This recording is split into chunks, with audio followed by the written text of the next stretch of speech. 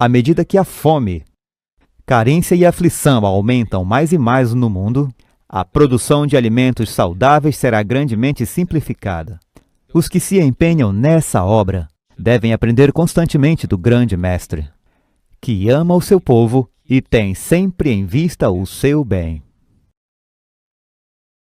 Bem, esta é apenas uma peça do quebra-cabeça. Nós vemos que a fome e a necessidade aumentariam no mundo. O que é interessante, pois não apenas vemos isso acontecer mesmo, mas porque somos constantemente levados a crer que se fizermos tudo certo, não haverá fome no mundo. Mas este objetivo, na verdade, não é alcançável.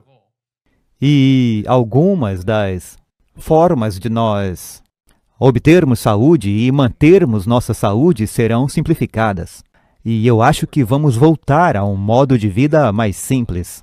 Se nós estamos sendo honestos, o mundo está mudando em uma direção que é irreversível. E a ordem que está tentando ser implementada vai afetar a todos. E o que mais as pessoas se perguntam é: o que elas podem fazer? Pois não queremos dar a elas esse sentimento de desespero, como se elas não tivessem nada a fazer para melhorarem e se protegerem melhor.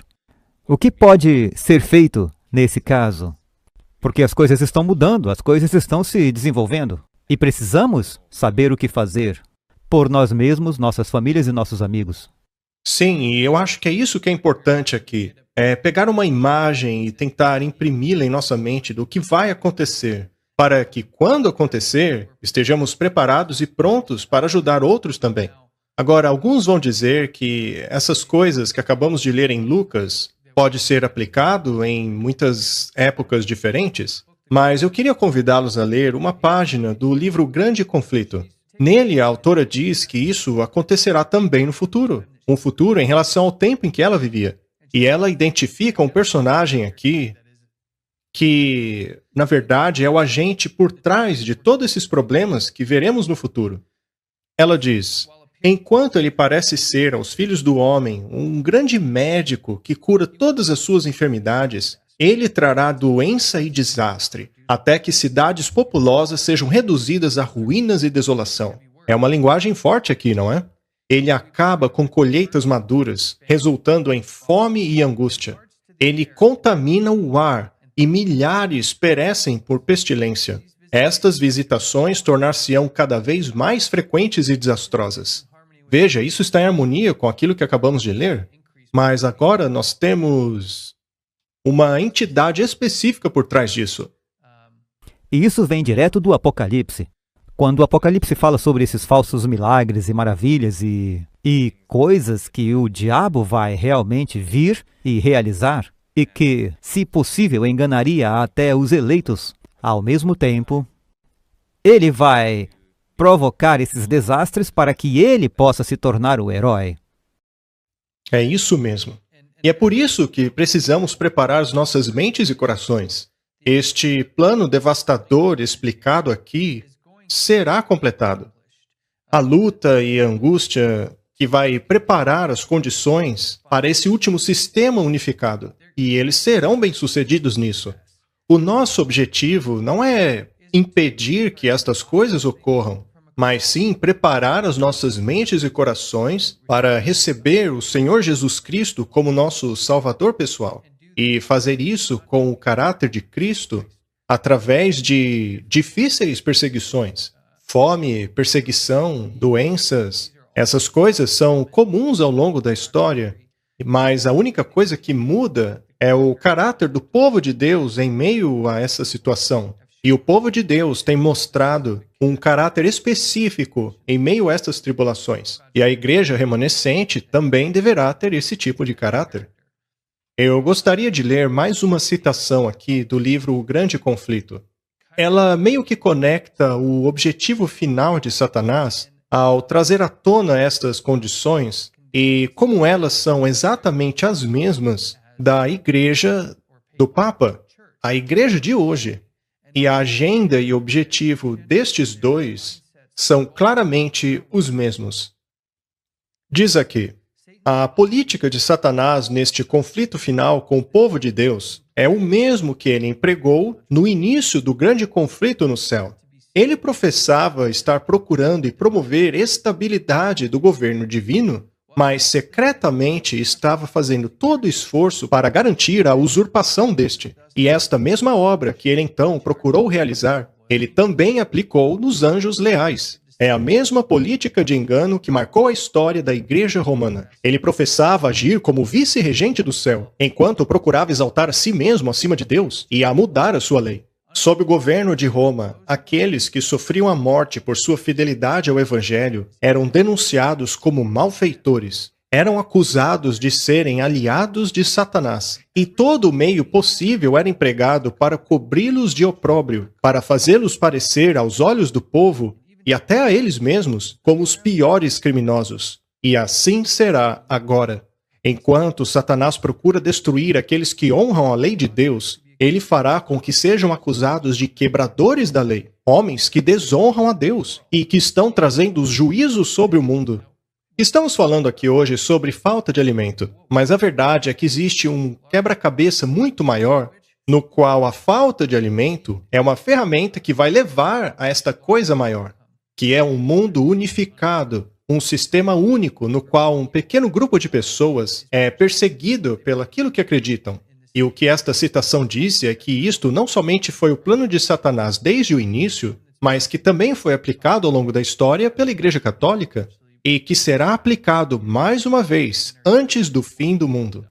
E o sistema para o qual vemos o mundo caminhando agora mesmo é este sistema que eles vêm planejando há muito tempo. Muito bem, vamos voltar à questão da falta de alimentos e estabelecer qual é a narrativa corrente a respeito disso. Pois, eventualmente, isso vai levar aos conceitos encontrados lá na encíclica Laudato Si, que, por sua vez, levará a esta agenda papal. Nós estamos, hoje, na história da Terra, caminhando para esta direção. Sendo assim, vamos primeiramente estabelecer quais são as autoridades que, no momento, estão dizendo que a falta de alimentos será, de fato, um grande problema. Com relação à escassez de alimentos, sim, nós falamos sobre a escassez de alimentos. E vai acontecer de verdade. O preço das sanções não está sendo imposto apenas à Rússia. Está sendo imposto também a muitos países, incluindo países europeus e o nosso próprio país. E devido a tanto a Rússia quanto a Ucrânia terem sido o celeiro da Europa em termos de trigo, por exemplo, só para dar um exemplo. Mas tivemos uma longa discussão no G7 com ambos os países, os Estados Unidos, que é o terceiro maior produtor mundial de trigo, bem como o Canadá, que também é um grande produtor. Então, diretamente de Biden, ele mesmo diz que estamos falando de escassez de alimentos. Esta é uma preocupação real neste momento. Seja ela criada ou ocorra de forma natural, ela ainda está acontecendo e vai continuar. E isso não está sendo dito apenas pelo Biden, que está usando isso como um pretexto para reunir as pessoas. Ele fez menção do G7, do conflito entre Rússia e Ucrânia, que aconteceu por causa lá da questão da OTAN.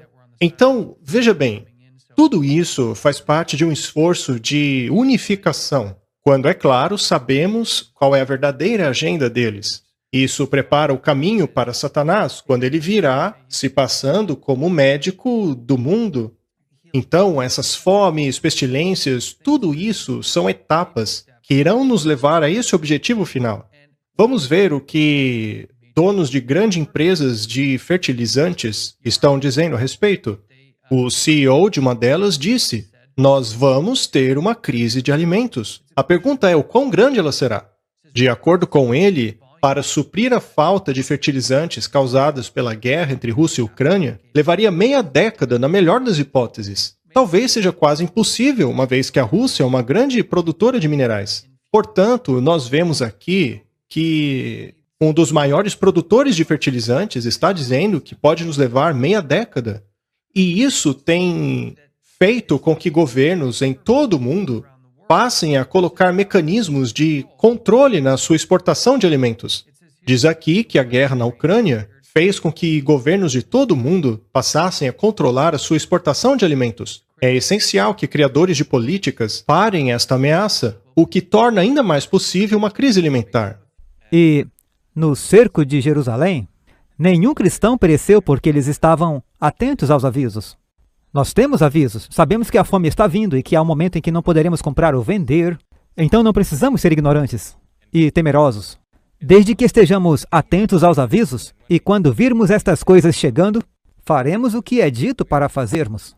E é por isso que, quando mais cedo no Apocalipse 13, tem essa besta que parece um cordeiro e que representa a América, porque é a terra da abundância, é a terra das oportunidades, é a terra de todas essas coisas que são os princípios do cordeiro. Mas no final ele diz que falará como um dragão.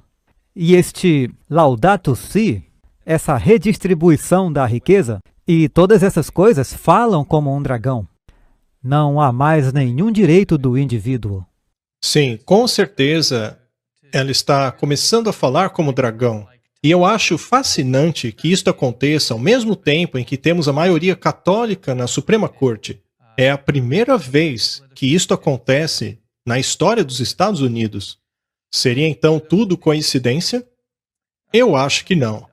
Mas, Mackenzie, eu acredito que apresentamos tudo o que tínhamos para hoje.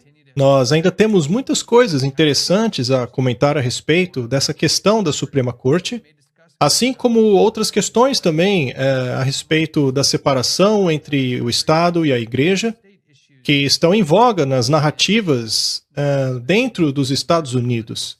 Tem muita gente contrária a essa separação entre a Igreja e o Estado naquele país. Existe muita coisa ainda para conversar. E, como já dissemos, o nosso objetivo é conduzir vocês para as Escrituras. Vão à Bíblia. Olhem o que está acontecendo no mundo hoje. Façam perguntas. E, se vocês não entendem, contacte-nos.